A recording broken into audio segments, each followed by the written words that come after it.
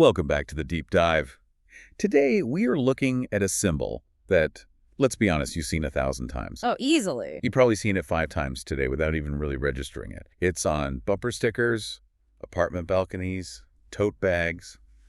We are talking, of course, about the rainbow flag. It is everywhere. And because it's everywhere, I think most of us have developed a very quick mental shortcut for it. Right.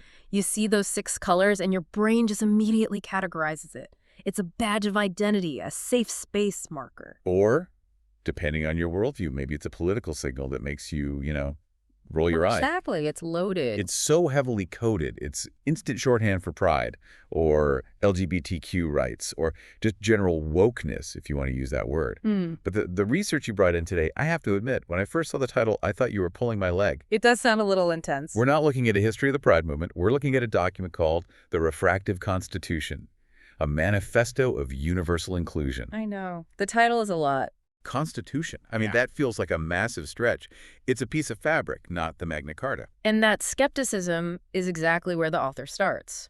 This manifesto argues that we've all been reading the symbol, well, superficially. Okay. The core premise is that the rainbow isn't a logo for a specific demographic.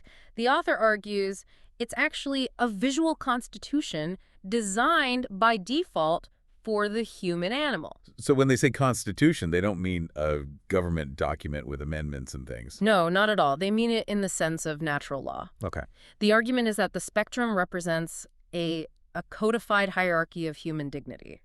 And the author claims this isn't some modern invention from the 70s, but a strategic use of an ancient symbol light itself to make an ontological claim. Ontological. You're dropping the big words early today. For everyone listening, can we translate that? Sure. Ontology is just the study of being, of existence. Yeah. So an ontological claim isn't about who you vote for. It's about what it means to be a living, breathing human. This manifesto is basically saying the flag is a chart, a map of what every human needs to fully exist. So our mission today is to strip away the culture war stuff and just look at the argument. Exactly. To understand how this source reframes those 6 colors into a ladder of human needs. The text actually compares it to Maslow's hierarchy of needs. You know that pyramid. Yeah, food and shelter at the bottom, self-actualization at the top.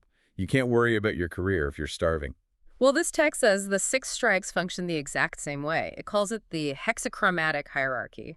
It's a theory of justice, mapping the journey from basic survival all the way up to spirit. I'm intrigued. Okay, let's test this theory. 6 stripes, we have to start at the foundation. So the top stripe, red. Red, which the text defines as the ontological right to life. And the source gets pretty graphic here. It talks about blood in the heart.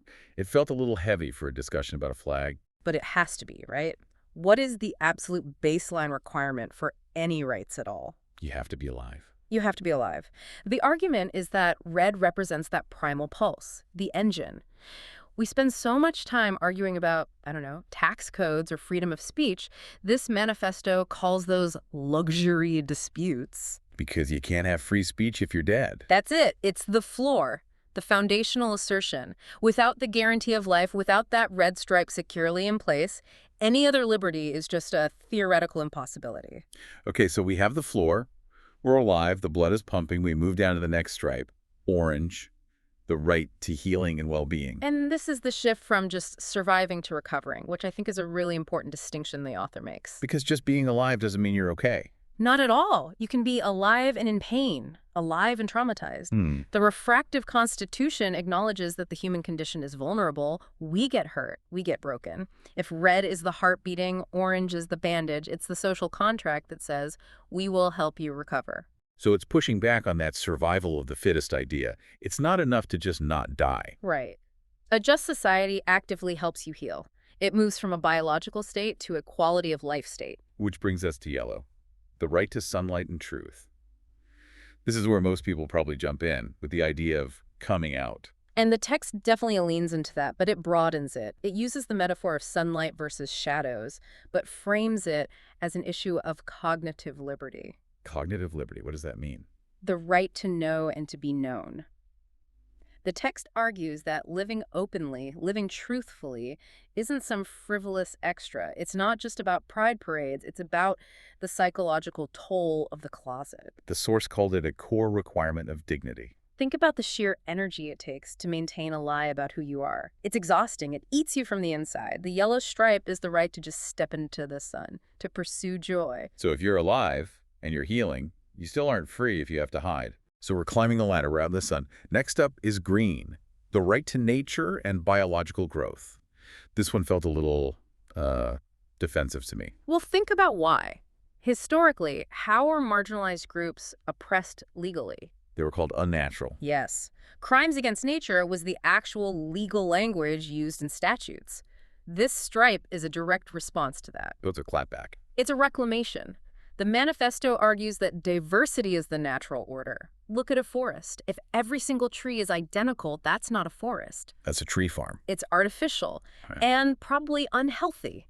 A real ecosystem is chaotic and diverse. So the green stripe asserts the right to exist as a biological creature that grows and changes, and it rejects the idea that there's only one natural way to be human. That flows pretty well into the next one. Blue, the right to harmony and civic balance. The source uses a music analogy here that I liked. The musical chord. This is so critical because I think a lot of people confuse harmony with unison. Unison is everyone singing the exact same note. Which is boring. And socially, it's authoritarianism. It's a drone. This text points out that for harmony to happen, you need distinct, different notes sounding at the same time. So the blue stripe is the civic claim. It's saying we can be a society, a collective us, without erasing the individual me. You don't have to give up your unique note. In fact, the whole chord needs your unique note to be harmonious. And that brings us to the final stripe, violet, the right to spirit and internal validity. This feels like the capstone. It is. If red is the body, violet is the soul. The text uses this phrase, internal validity. What does that mean in like a legal sense? It means your worth isn't granted to you by the state. It's not on a license or in a law. It's inherent. It's that unique spark of consciousness. The violet stripe asserts that even if the law says you are nothing, your internal spirit is still valid. Wow. So if you look at the flag through this lens, it's not a banner, it's a checklist. Am I alive? Am I healing? Am I truthful? Am I allowed to grow? Do I belong? Is my soul respected? It's a comprehensive framework, and this is where the manifesto takes a really sharp turn. The author says all of this philosophy is nice, but it's just a theoretical abstraction until you understand the physics. Yes, okay. This is the part where I actually put the paper down and just had to think for a minute. We go from soul sparks to hard science. Optics. The 42-degree paradox. Explain this, because the text claims this is not a metaphor. This is literally how rainbows work. It is. The author reminds us a rainbow is not a physical object. It's not an arch floating in the sky. You can't touch it. It's an effect, a trick of the light. It's a relationship, an optical phenomenon that requires three things: a light source, like the sun, a reflective medium, like raindrops, and this is the crucial part, an observer at a very specific coordinate. For a rainbow to appear, light has to hit a raindrop and reflect back to an eye at exactly 42 degrees. That is the geometry of the spectrum. If the angle is wrong, no color. It's just white light or rain. But here is the paradox. Because you are standing in that spot, and because two people cannot occupy the exact same space at the exact same time. No, two people see the same rainbow. Physically, optically, it's impossible. I am seeing light refracting through one set of droplets. You, standing 2 feet to my left, are seeing it through a completely different set. My rainbow is mathematically unique to me. Yours is unique to you. That is? Yeah, that's mind-blowing. The text calls it a hologram for an audience of one. And this is why it's in a constitution. The manifesto connects this physical fact to a social argument. It says diversity isn't a bug, it's a feature. It's a mathematical requirement for the spectrum of justice to even exist. Because we physically can't all stand in the same spot and see it the same way. Exactly. So justice isn't a static monument, like a statue in a park that we all look at. Justice is a phenomenon that follows the human. It has to adapt to the unique coordinate of every single life. My version of justice, my needs, will look slightly different than yours because my coordinate in life is different. And that's not a flaw in the system. That is the system. This leads us right into the biggest friction point in the document and, frankly, in society right now, the scarcity mindset. The finite pie fallacy. Yeah, you hear this constantly. I'm worried that if we give rights to that group, it means we're losing something.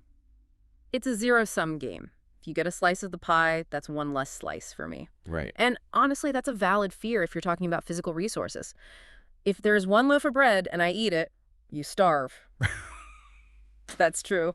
But the source argues we're using the wrong model for rights. It replaces the pi model with the refractive light model. Think about the physics. Light is not finite in the way bread is. If I see the rainbow, does it dim your rainbow? Not at all. The light isn't used up by being seen.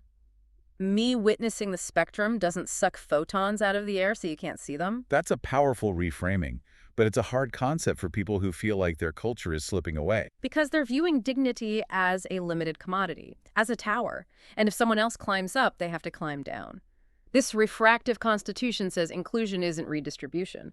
We're not taking dignity from one group to give it to another. We are manifesting shared light. Exactly. The more people who can stand at their coordinate and see the justice system working for them, the more the entire rainbow is realized for everyone. It fulfills the promise. It doesn't ration it. But there is a catch. And the source calls this the ethics of active witnessing.